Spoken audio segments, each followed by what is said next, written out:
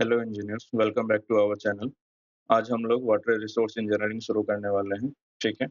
आज हम लोग लेक्चर 1 इंट्रोडक्शन टू हाइड्रोलॉजी देखेंगे। ठीक है। हमारा जो वाटर रिसोर्स इंजीनियरिंग का कैरिकुलम है वो कुछ ऐसा है।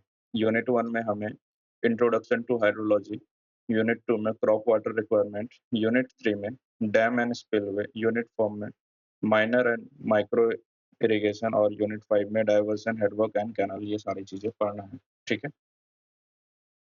तो आज हम लोग जो शुरू करने वाले हैं वो मॉड्यूल 1 इंट्रोडक्शन टू हाइड्रोलॉजी है। ठीक है। इसमें हम लोग देखेंगे हाइड्रोलॉजी क्या होता है, उसका डेफिनेशन, हाइड्रोलॉजिकल साइकिल क्या होता है, वो सारी चीजें देखेंगे। ठीक है। तो हाइड्रोलॉजी, व्हाट इज हाइड्रोलॉजी? तो hydrology is the science that deals with the occurrence, distribution and movement of water on and below the earth surface and in the atmosphere. हमारे पूरे एटमॉस्फेयर में, अर्थ के सरफेस में जो हमारा वाटर का occurrence, distribution और मूवमेंट होता है, वो सारी चीजें हम लोग इसी साइंस में पढ़ते हैं, जिसको हम लोग बोलते हैं हाइड्रोलॉजी। ठीक है। तो इसका जो मेन पॉइंट्स है, it is a branch of physical geography और अर्थ साइंस, और it mainly focuses on water in rivers, lakes, aquifer, glacier, and rainfall. It is essential for the planning irrigations, dam, flood control, and water supply. ठीक है। तो देखते हैं, तो hydrological cycle क्या होता है? तो हाइड्रोलॉजिकल साइकिल, इसको हम लोग बचपन में पढ़े होंगे वाटर साइकिल के नाम से। ये हमारा क्या है? It is the continuous movement of water with in the earth and atmosphere. इसका कोई बिगनिंग नहीं होता, कोई एंड नहीं होता, लेकिन हम लोग कन्वीनियंट के हिसाब से ओशियन से इसका शुरुआत मान लेते हैं। ठीक है। तो यहाँ पे जैसे ओशियन से हमारा वाटर इवोपोरेट किया, ऊपर गया, फिर ये हमारा कंडेंस हुआ, कंडेंस होकर के क्लाउड के फॉर्म में आया, और मोस्टली यहीं पे आधा से अधिक तो बारिश यहीं पे होकर के गिर जाएगा। ठीक है। और जितना जो बारिश है वो ओशियन में जाकर के मिला, कुछ-कुछ जो है वो आधा रास्ता आने के बाद ही फिर कंडेंस होकर के ऊपर चला गया, सॉरी इवेपोरेट होकर के ऊपर चला गया। ठीक है। फिर जो क्लाउड से अगर हवा के द्वारा इधर चला गया, इसको हम लोग ट्रांसपोर्टेटेड विंड बोल रहे हैं जिसको। ठीक है। तो ये दूर जाएगा और जाकर के कंडेंस होगा, अलग-अलग फॉर्म में प्रेसिपिटेट करेगा, यानी कि बारिश के फॉर्म में गिरेगा। कैसा-कैसा फॉर्म में? तो रेन, स्नो, स्लेट, हेल, ये सारी चीज़ें क्या होती है वो आगे देखेंगे हम लोग। ठीक है। तो ये जब बारिश के फॉर्म में नीचे गिरा या आइस के फॉर्म में गिरा तो ये मेल्ट हुआ, फिर धरती के नीचे इन्फिल्ट्रेट हो जाएगा, तो जिसको हम लोग इन्फिल्ट्रेटेड वाटर बोलेंगे, जिसको ग्राउंड वाटर फ्लो भी बोलते हैं। ठीक है। बहुत सारा जो यहाँ पे प्लांट से हमारा क्या हो जाएगा, वो इवो ट्रांसपिरेशन हो जाएगा हमारा यहाँ पे। ठीक है।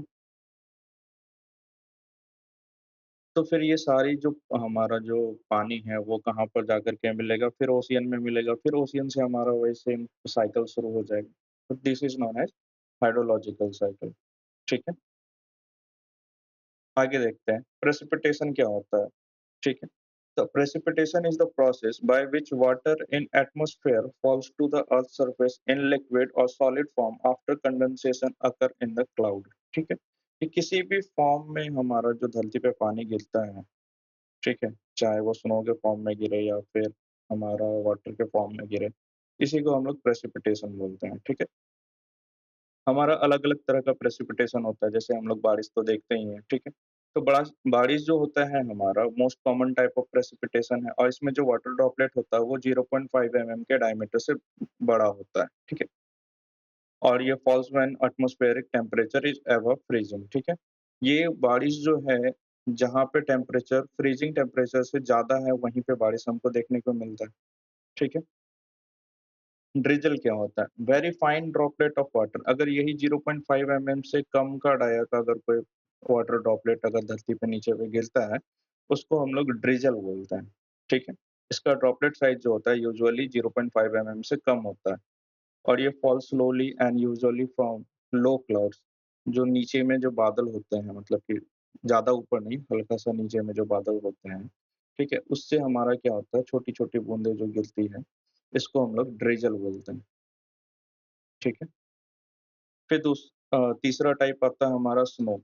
तो ये स्नो हमारा जहाँ पे फ्रीजिंग टेम्परेचर होता है, यानी 0 डिग्री से कम का जहाँ पे टेम्परेचर होगा, वहाँ पे जो बारिश होता है वो क्रिस्टल के फॉर्म में होगा, आइस क्रिस्टल के फॉर्म में या स्नो फ्लेक्स के फॉर्म में होगा। ठीक है?